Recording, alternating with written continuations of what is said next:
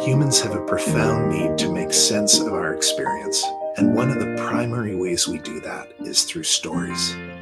When we think we're responding to a person, experience, or feeling, what we're usually really responding to is the story we're telling ourselves about that experience. And when we confuse interpretation with reality, we give our stories a degree of power and influence over us they don't deserve. My name is Scott Swanson, and I love helping people develop fresh insight into the stories that guide their lives. Because insight brings choice, and choice empowers and frees. What stories we tell to interpret our experience matter.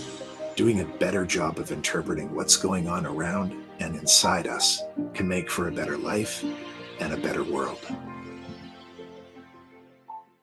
Hi, welcome back to the Personal Story Coach podcast.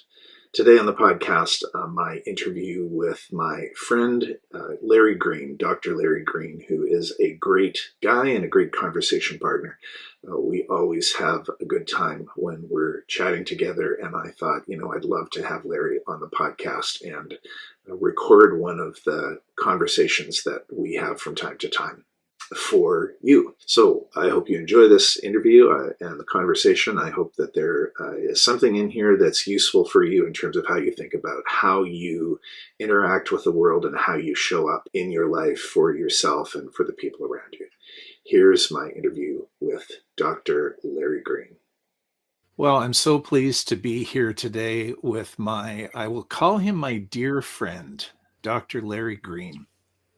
Larry and I have known each other for, I don't know how long it's been, a dozen years or so maybe. And Larry is many things, amongst all of them, an artist, a psychotherapist, a philosopher. And Larry has agreed to come on and have a conversation with me today, with us today, around whatever we're going to get into. And one of the things I love about my chats with Larry is they're never really pre-planned. They just kind of start and they go where they go, and it's always interesting. So they tend to get up in the clouds sometimes, so I'm going to do my best. We're going to do our best to try and keep this, at least parts of it, grounded.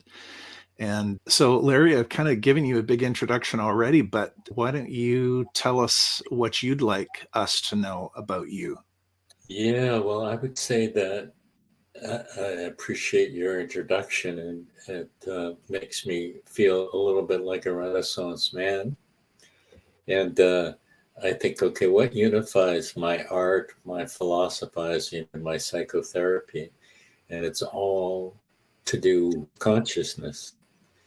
My art tries to bring out the magic in perception. Like I'll look at a scene, like yesterday, a couple of days ago, I was walking along the seawall, and there was very dramatic sky, and there was openings in the sky, and the beams of light were coming down on the North Shore mountains, illuminating the freshly fallen snow.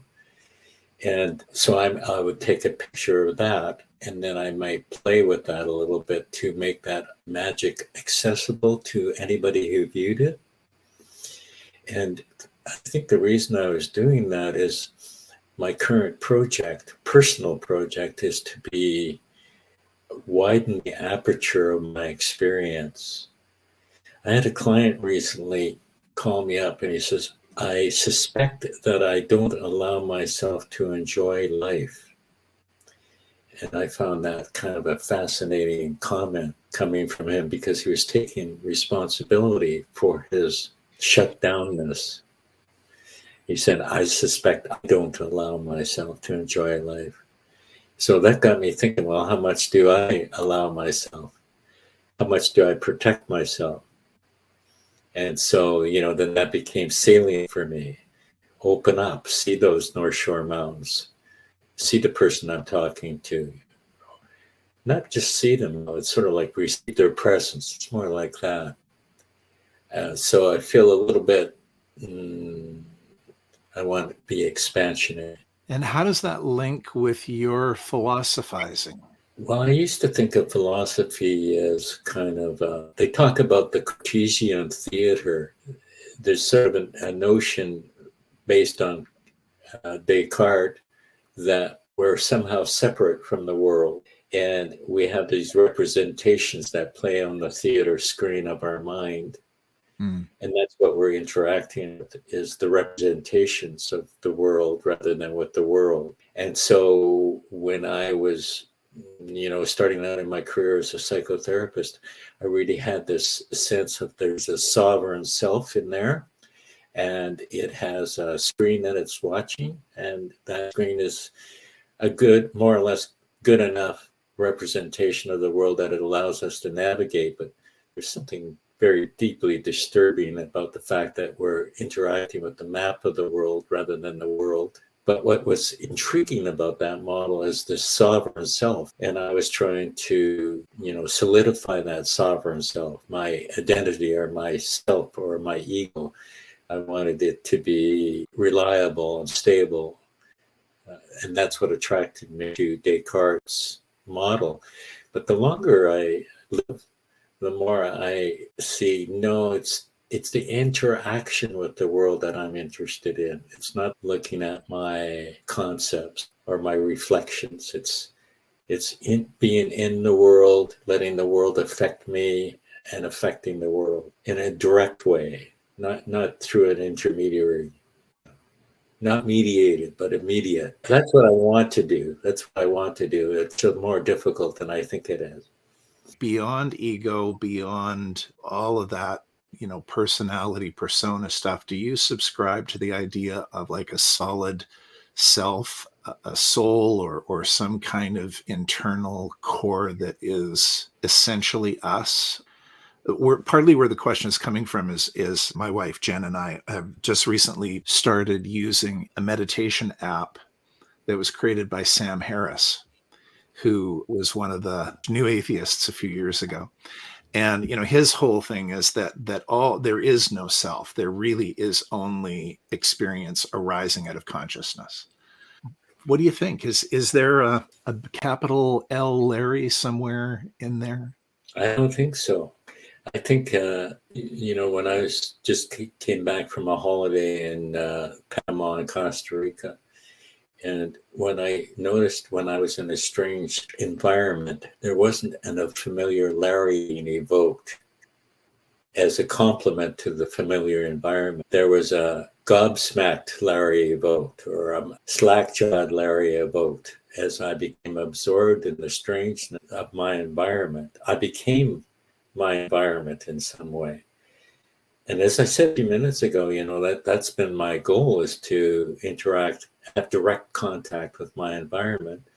But when I was in Panama, I did not find it pleasant, because it felt like myself, even though I didn't intellectually, I say, no, there is no self.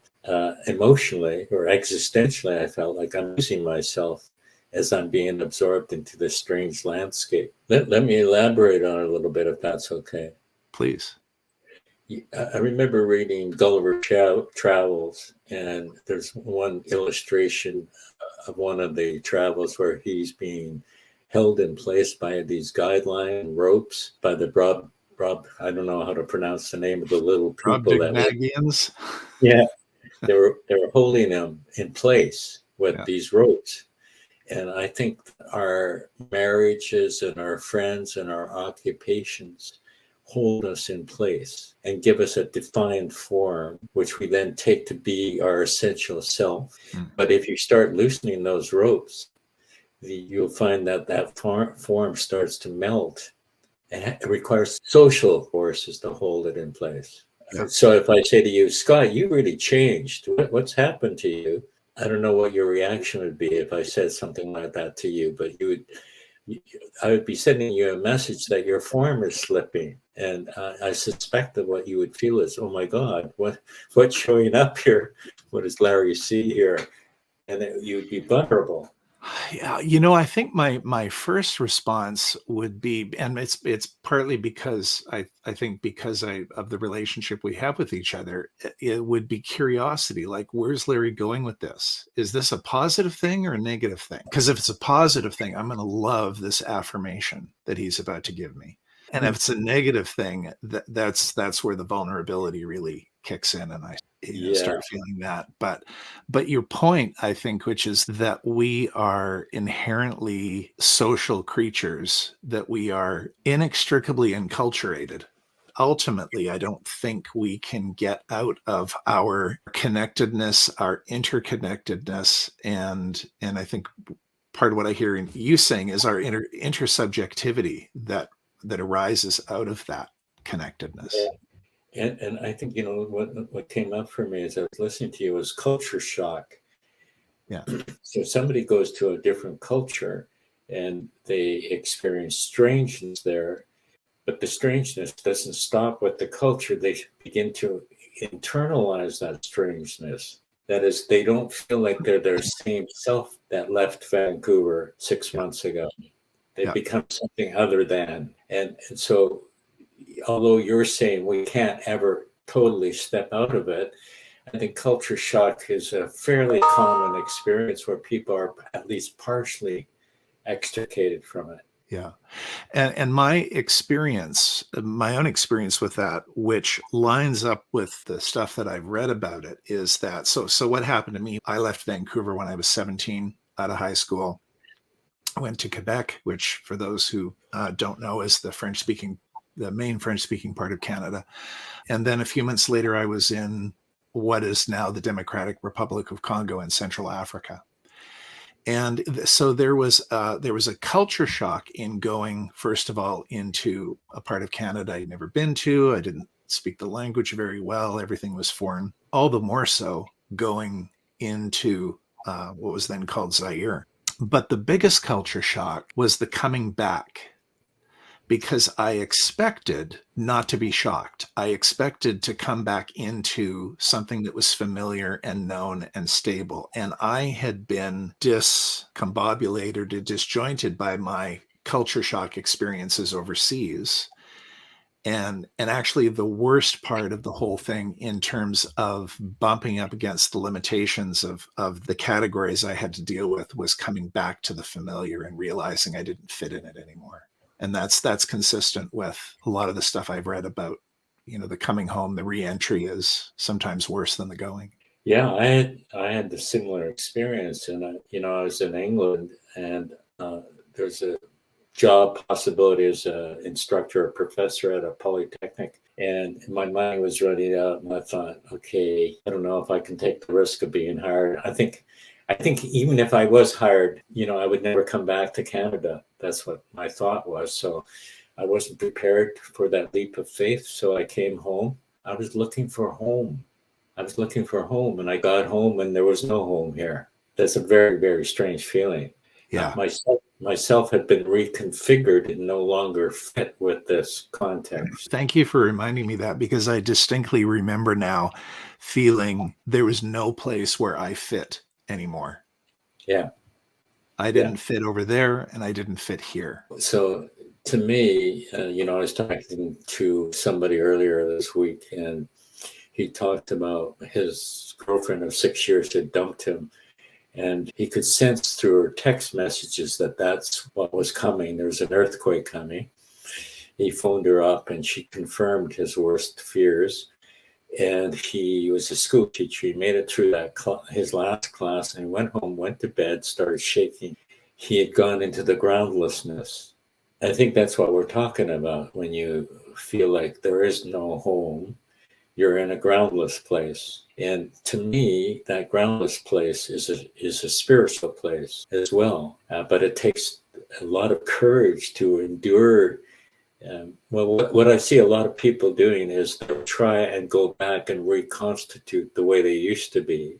So I met a guy in Chicago a month ago who was a school teacher, had a car accident, almost died, was changed fundamentally by that experience, tried to pick up his career when he was well enough to, and it had no spark for him anymore.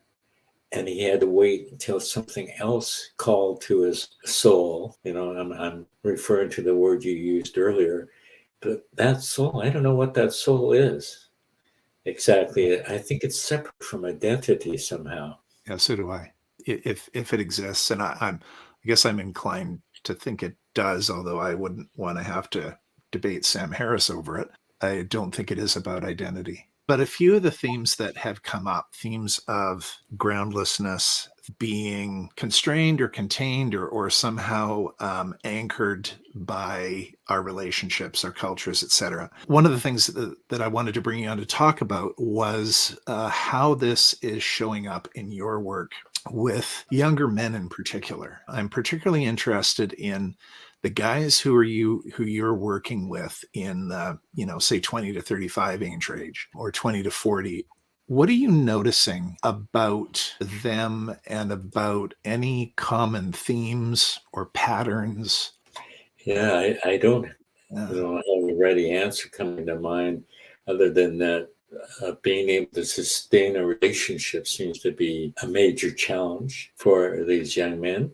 And casual sex seems to be in pornography. Those three things: casual sex through social media or Tinder or those apps where you can swipe left and swipe right. Yeah. It seems like, everybody's up for it, but they don't know how to get from home base to first base. Or they might make it to first base, but they can't make it to second base. It's almost like they've blown their load too soon. And to me, I used to belong to a sort of a mystical brotherhood. And I remember one of the teachers saying that you shouldn't have sex until the container is strong enough to hold it, because powerful forces are unleashed when you're intimate with another person. And if you haven't gone through a couple of trials with that person where you ran out of gas and you had a flat tire and you managed to deal with that, you managed to deal with an angry mother, and you built up some kind of container for the relationship that could handle the forces unleashed when you had sex, when you had your first sexual encounter with that person. I think people skip that building up thing and they try to release the sexual tension really quickly. That's just conjecture on my part, but that seems to fit with what I'm seeing with some of the men that I'm working with. I'm also working with another demographic, entrepreneurs between 40 and 50.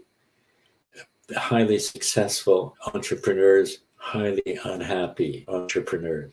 They have some of the skills that I used to see in men 40 years ago. Keep me grounded here, Scott, if I start trailing off into... No, this is good. I like where this is going. Okay. So 40 years ago, I was traveling and I would meet American draft dodgers. And what struck me about them is their moral compass was so sharp and so clean and so clear, and their rational minds were so precise and accurate that they were kind of a gift to the culture. And I saw that disappearing. I saw that kind of man disappearing in the next 40 years. And I was thinking about this earlier this week. I worked in a mental health facility in the 1970s. And so it was at the tail end of the hippie era. So most of the staff were pseudo hippies or part-time hippies. And anyway, we were fairly radical. We were trying all kinds of things. And we were surrounded by kids who didn't have a stable self. They were breaking down. They were violent. They were freaking out. And what I saw is that the male staff were pretty useless. Once the rational framework had broken down and there wasn't a clear set of expectations about how you relate to people, the male staff didn't seem to know what to do with that. They sort of withdrew inside themselves, and the women took over. The women were able to engage with a distressed kid in an existential way that would hold the kid. The kid would not feel abandoned. He would feel like there was somebody there with him. There's about 3 or 4 men who were able to do that. I was one of those men that was able to join a kid who was freaking out and guide them through that experience.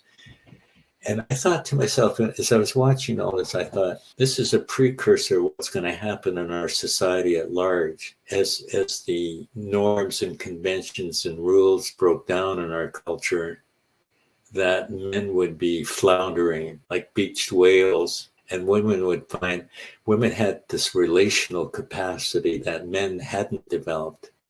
it seemed to me that we men were doing what Larry was doing, which was going for the sovereign self that was rational and clear thinking, clear-headed, solution-focused. And we were in a context where that couldn't be used. It sounds like when the structures are there, when the systems are there, when everything is in place, there is a safety or a way that men feel free to be able to interact. And that when that begins to fall away, some men, how many, I don't know, many don't seem to have the resources to be able to, as you say, relate to another person without the framework around them. Is that? Yeah, that's it. And what do you think that's about, or what do you know that's about?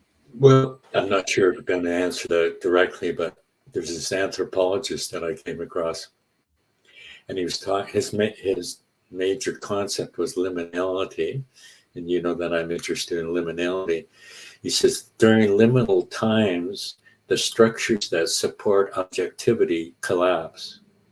So I think men are very dependent on this is objective, this is real, this is outside of me. And when you can't say that anymore, when you're in a position where you're saying, I'm not sure if I'm making this up or if it's actually out there, I think men are really unmoored when that happens. And we see those norms disappearing almost daily. Oh, yeah. Yeah, for sure. I mean, the categories, I think you used the word categories when you're talking about your own future shock or your own culture shock. But we've got future shock now where the categories, what is it to be a man? What is it to be a woman? What is it to be trans? What is it to have fluid sexuality? Yeah. I was writing the other day saying, homosexuality used to be a disease and homophobia was natural. Now homophobia is the disease and homosexuality is natural. I mean, talk about inverting the pyramid. That's happening all over the place. Well, and when you think that, historically, how long it would take a human culture to change around anything as significant as that, and then to think that our culture has done that in basically a generation, 30 or 40 years, less than that in some places. And of course, there's, places where it's still not the case, but so it's the magnitude of the change, but also the rapidity of it. Yeah. Yeah. So we're losing our the framework. Let me jump from that to ideology, like what's happening in the States right now and somewhat here in Canada as well, is that when we have an ideology and we think that ideology is actually reality, it's not just a system of thinking. Right. Are you following me? Yeah. Oh, yeah. Yep. Yeah. So that say I'm a right-wing guy and I think I'm defending reality. I'm not defending right-wing politics. I'm defending reality. You start to challenge me. You challenge me on one of my beliefs. I am going to fight to the death because for me to give up reality is to plunge into insanity. Yeah. And so I'm not going to do that. I'm just going to double down on my belief system. So that's what I see happening in the States. People are doubling the left wing, the radical left wing, doubling down on theirs, and the radical right wing doubling down on theirs. And people are getting caught in the crossbar. The culture wars are almost as vicious as what's going on in Sudan in terms of what you can say and what you can't say if you live in the United States.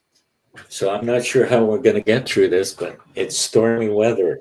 It is really stormy weather. And, practically speaking, we are not in our lifetimes. And I can't imagine how in our lifetimes it would be the case that we would find ourselves in a context where those guidelines and structures were back in force in a significant way to hold men.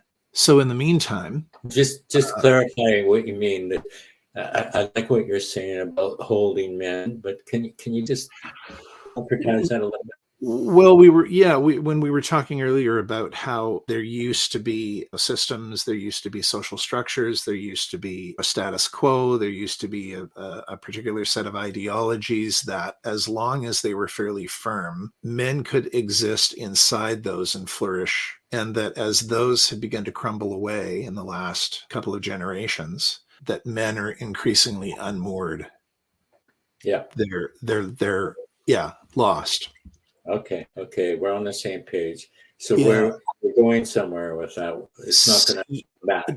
No, we're so we can't go back to the way things were, and there's no reason to think that the future is going to look any different than the present in our lifetime anyway. What are some practical, like, what do you do with the guys who come in to help them find something to anchor to stabilize them so that they can begin to relate as subject to subject rather than as an object inside a system? That's really good. There's two things that come to mind, and they're tested out in the laboratory of Larry Green's life. And the first one is, it became very clear to me that I needed a structure. So I create my own framework. So I get up in the morning and I have a shower. I do some yoga. Then I do some meditation. Then I have a latte.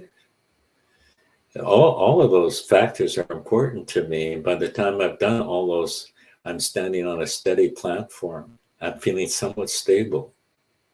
So then I start to encounter the unknown as I move through the day. As each client comes to me, they introduce me to things I haven't ever thought about. Their reality, they're telling me about their reality. And so I can tolerate that, or I can enjoy that even if I'm standing on a somewhat stable platform that I built up through the repetitious use of my routines. And it reminds me of some of the Catholic orders, the Jesuits. And I don't know much about them, but Yeah. the monasteries, they just full of routine and ritual and habit, right? Yeah. Harper's Magazine just had a cover story called "In Praise of Habit," and that's what all they were really talking about is the monastic life.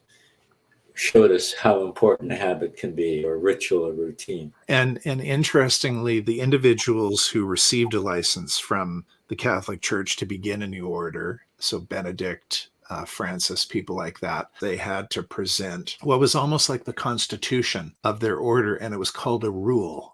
So you can look up the rule of Saint Benedict, the rule of Saint Francis, and some more regimented than others. We do this, we do this, we do this, we do this. And it was partly the structure of the day. It was partly the way they prayed, the attitude, it was a philosophy. It was probably too much to say it was a cosmology, but it was certainly a framework for engaging with experience, engaging with reality. The word that comes to mind for me, and I don't know if I'm using it correctly, is ethos. That was certainly a part of it. There was, yeah, ethos. There's an element of that baked into the rule, and so by looking at the different ones, you can see how that ethos changes between one and another. So it was, yeah, it was part philosophy. It was partly, as you described your morning, that very set routine. Yeah. Um, and yeah, even before, well, not before the orders, but around the same time as other rituals developed. And so these exist in branches of Christianity where there are certain prayers said at certain times of the day. In Judaism, again, certain prayers said at certain times of the day, certain times of the month, certain times of the year. Same in Islam. I don't know, I'm not as familiar with the Eastern traditions. Maybe I certainly know of the Islamic, and like when I see people in Egypt, or the morning noontime prayers, and Yeah. how everybody is joining into that, and so that the religious life is not separated from the secular life. It infuses the secular life, whereas the Christian nations, there's a clear separation between state and religion. And so we don't see evidence of that spirit or that ethos or that rule or whatever you want to call it. It doesn't get manifested like it does in Islam and Judaism. I was listening to something recently, a podcast that was kind of talking about, we're getting off on a bit of a tangent here, but that's okay. We can do that. They were talking about how we modern or postmodern, whatever you want to call us, contemporary people, say, for example, read the Bible. They make assumptions about that culture based on our culture. Of course, how could they? Why would they not do that, right? And one of those assumptions is that there is a quote religious life and a secular life. And this person was saying that that distinction doesn't even exist in human consciousness until relatively recently, somewhere between 5 and 1500 years, that they would not have thought of, well, now we're doing a religious thing, right? Or now we're doing a non-religious thing. Yeah. It, Yeah. yeah, That makes sense. yeah, That it was makes sense. just life. And Mhm. so, because of course, once we separate them into religious and non-religious, now, we can make choices about which ones Yes. we're going to do and which ones we're not going to do. And so some people can be atheists and some people can join monastic orders and just kind of do, the whole thing. Although that's not really fair to monastic orders because they are engaged in the concrete world. But yeah, so totally getting off on a tangent here. Oh my gosh. How did we get onto this? What was this coming out of? We were talking about how do we Yeah. help contemporary men anchor to something in such a way that they can flourish? I had one client. I had one client who told me about a group that was starting up all across Canada, but it was starting up in his community in Maple Ridge, and it was called the Garage Boys, some title like that. I don't think I got it right, but the men would get together and they would build a swing set or garbage box for containing garbage pails. And in doing that task together, they would start to bond. That was the way the men would bond to each other, helping each other out. And that made sense to me. Yeah. Are you And thinking of men's sheds? yes, Yeah. that's right. Yeah. Yeah.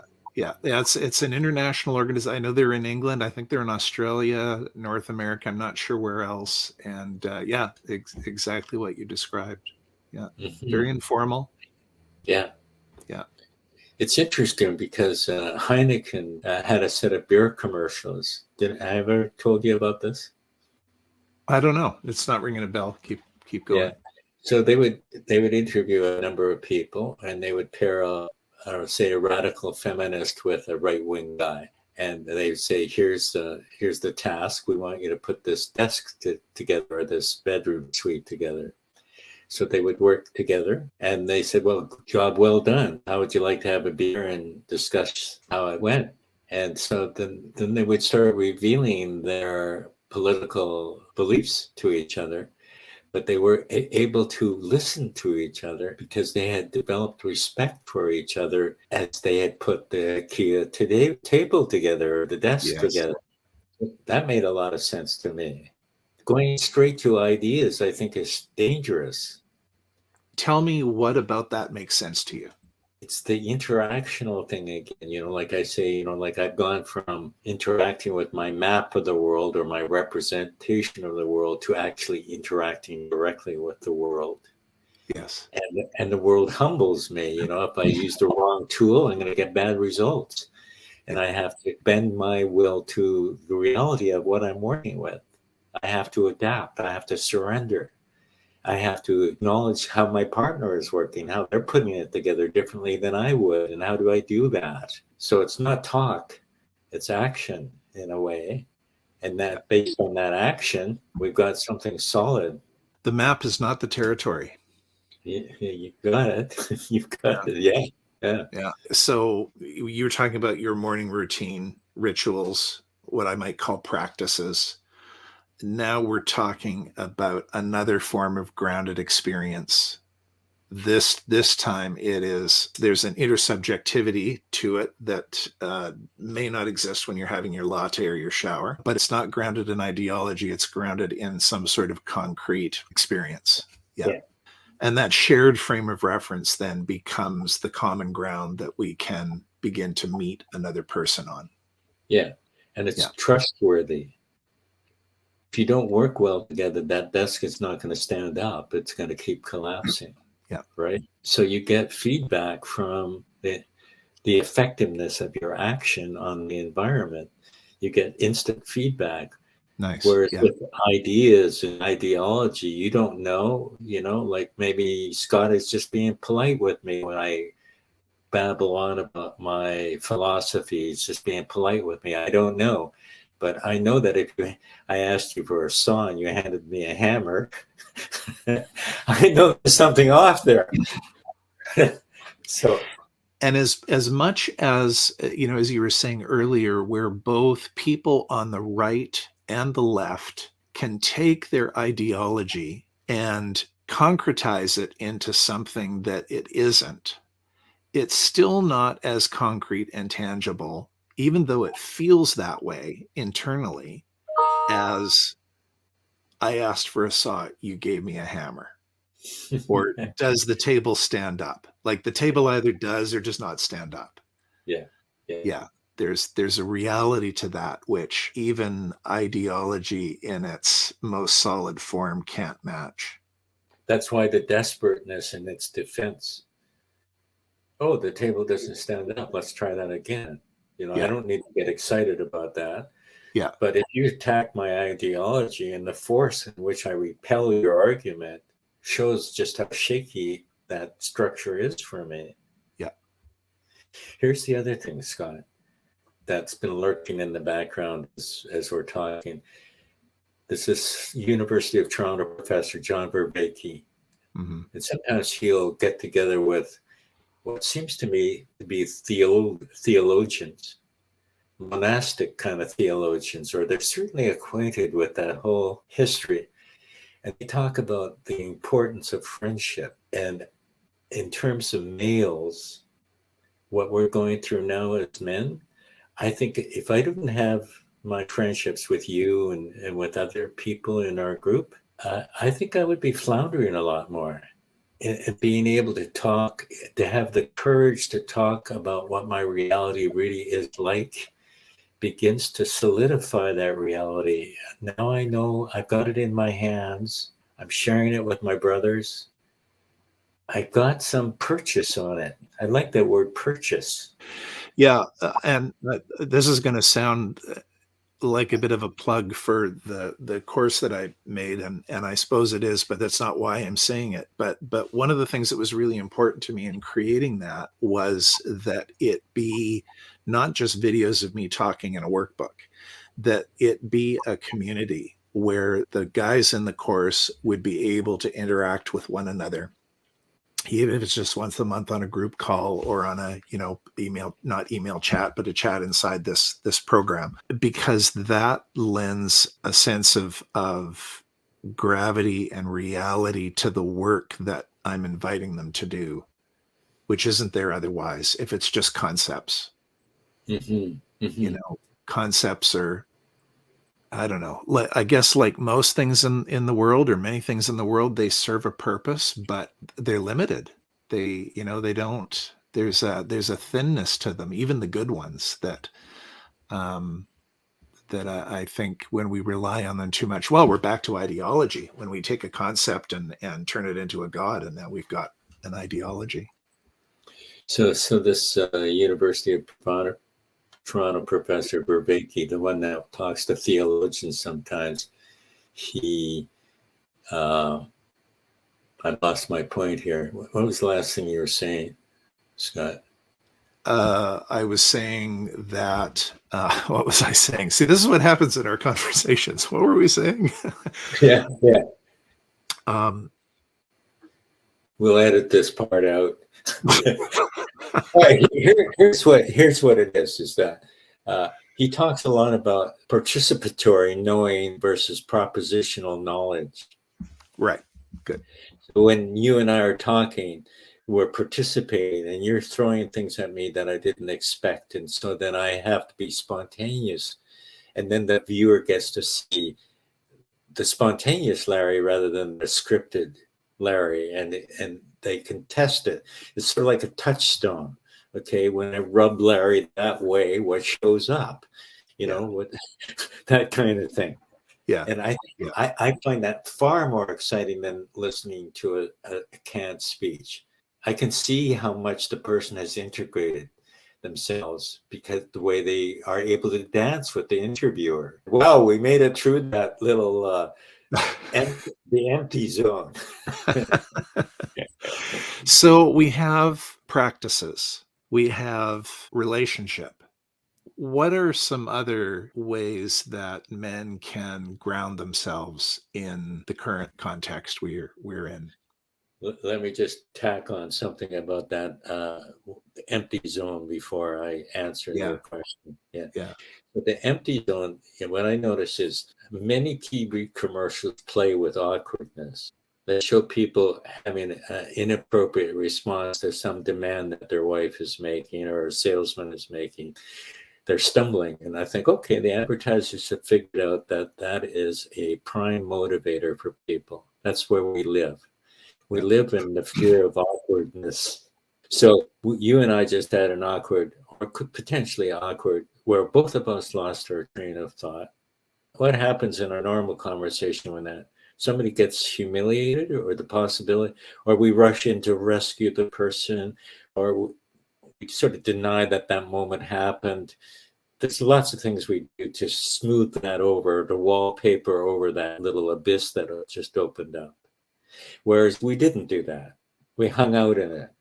We just waited. We waited. Yes. Yeah. So I think we need to learn how to do that more. Our whole culture needs to learn how to do that more rather than panicking. And we waited in part, I think, because individually and with one another, we trust that emptiness. We trust that that emptiness is not oblivion. Yes. That it is as pregnant as the speaking is in its own special way. Yes. So back to your question, if that's Yeah, okay, or yeah, back to your question. yeah, And it's so simplistic what I'm going to tell you right now. I've already told you, but I'm going to say it again anyway.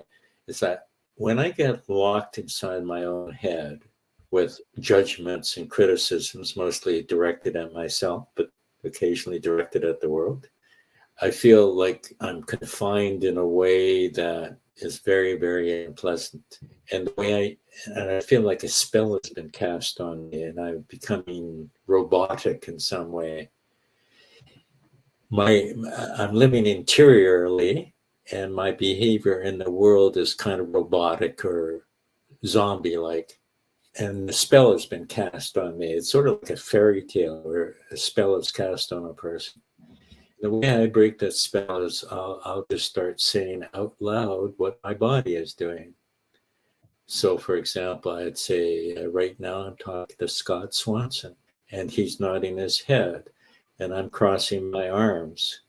And it's just naming what I'm doing, what my body is doing, integrates my body and my mind. And all of a sudden, I'm laughing.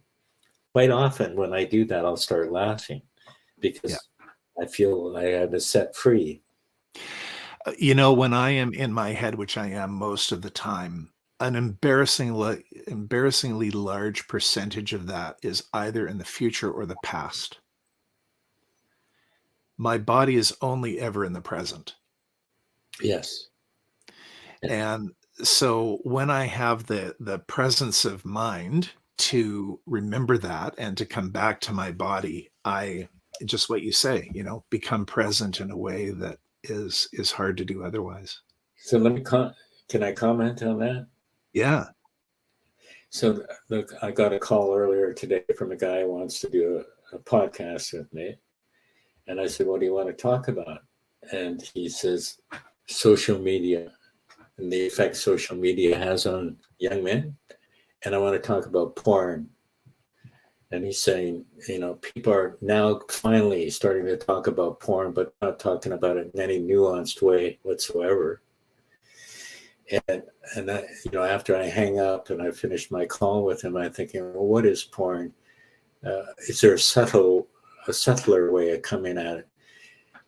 And I think what it is, it's sort of like getting back in touch with your body again. I think on a very fundamental level, it's an attempt to reconnect with one's body again and to get that erotic energy going. And when I say erotic, I don't mean sexual energy.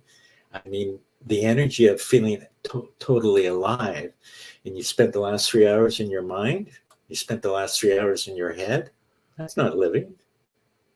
So there's one other area I'm just going to say it straight out because I want to know what you think about this. So, and this is good. We've got practices, we've got actual, real, honest connections with other people.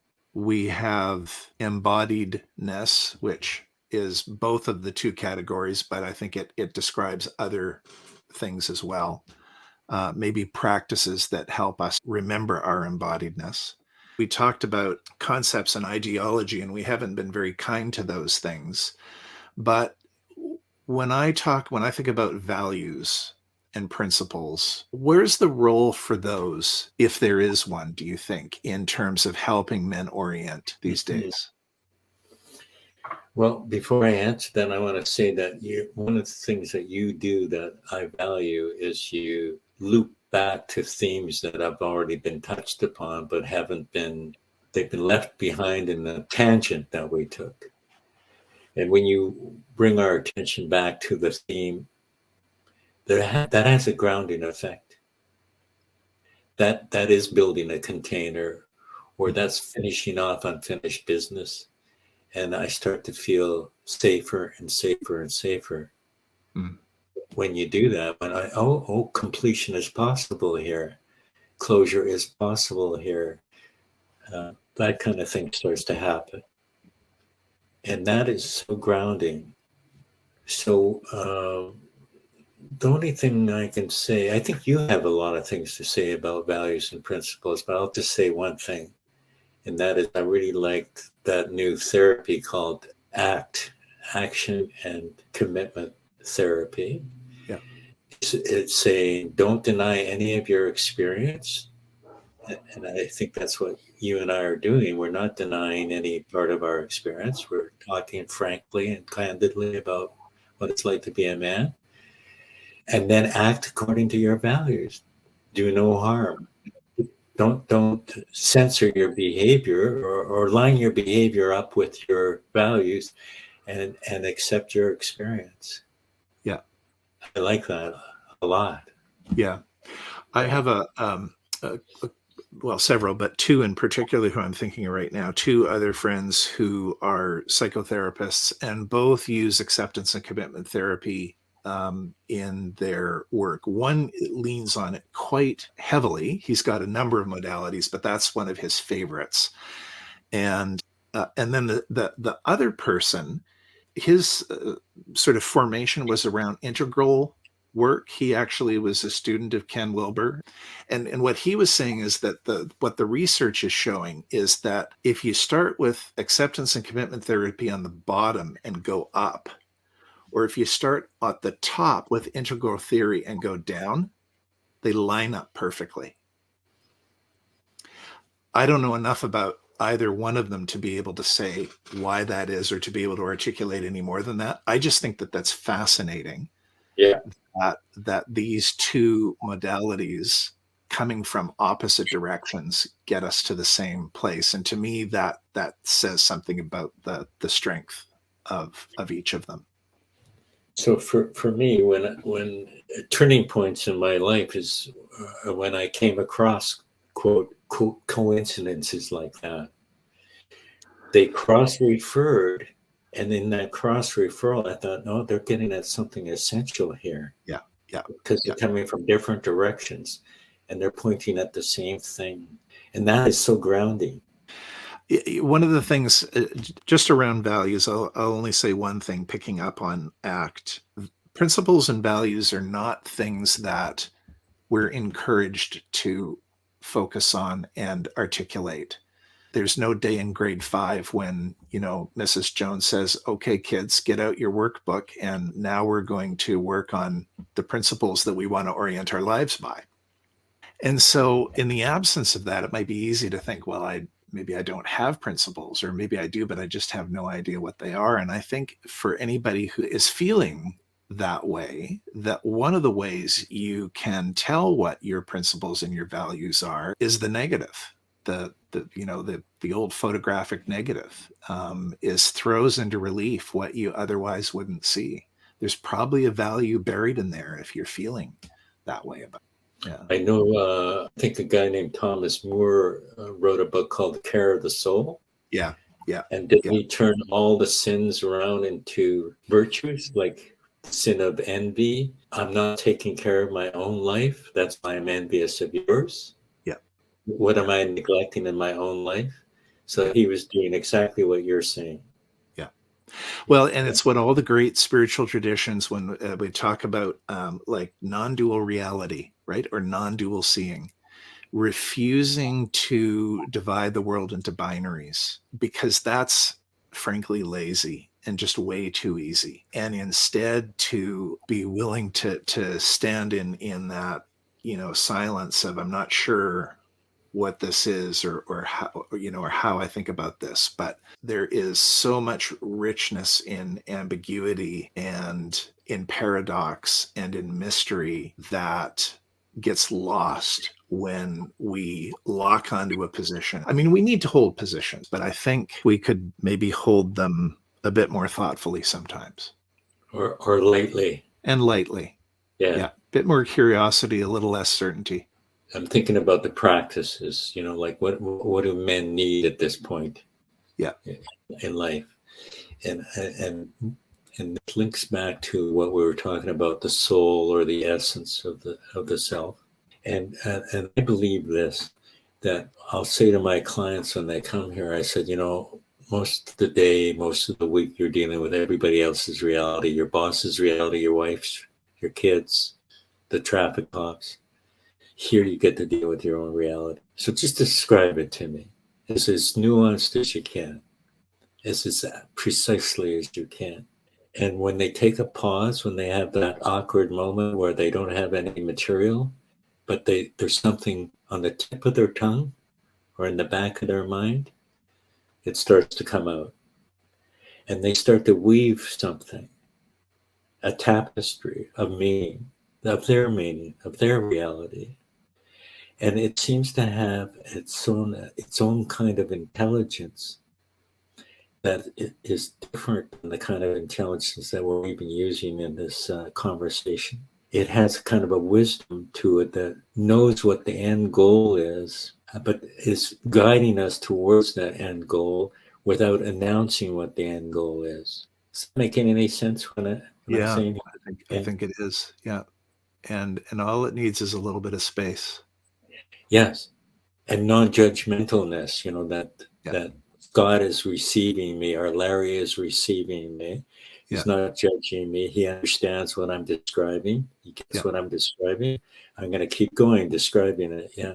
And that's, to me, that's when something is reliable as a principle or a value. It's deeper than a principle or a value because it seems more organic somehow.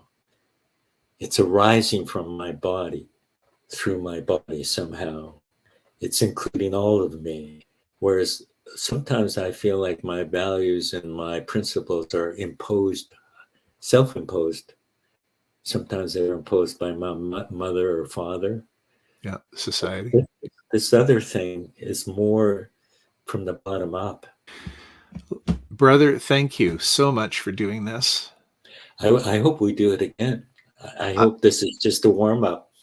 Okay, well, we will do it again, and we can do it this is the beautiful thing about the internet, is we can have as many of these conversations as we want, and people will either listen to them or they won't. So, but we'll have fun. Yeah. Yeah. And I think that should be the goal. That should be the goal. Yeah. Exactly. Okay, Scott, thank you. Thanks very much, Larry. Great to be with you today. Yeah, and I hope you remember what I said about your ability to loop the conversation back to salient points earlier, how grounding that is for the person who's with you. Thank you. That's a big one. Yeah. Well, there you have it. There was my interview with Larry, and it was a little bit long, but I hope that you enjoyed it, and I hope that you found some things in there that resonated with you, and some ideas about what you can begin to do to anchor yourself in a world that does not provide that framework anymore for you naturally. We need to create that ourselves. And this interview had lots of great ideas about how you can either begin to create that system for yourself or continue to create it. Thanks for listening to this episode of the podcast. If you enjoyed it and you want to support this work, there's a few ways you can do this. You probably know the drill by now. You can like and share this podcast. You can subscribe. If you are listening to this on YouTube or watching this on YouTube, you can subscribe there. Again, like, share, comment. All of that stuff helps me to get the work I'm doing out into the world. Really appreciate your support, and we'll see you next time on the Personal Story Coach podcast. Thanks for listening to this episode of the Personal Story Coach podcast. What are you taking away with you that can help you change the way you think about your life? I help people, mostly men, gain insight into their current stories and practice telling ones that better align with their purpose and principles. If you'd like to know more about what I'm working on, go to personalstorycoach.com. There you can subscribe to my blog, see my menu of offerings, and sign up for my mailing list. Until next time.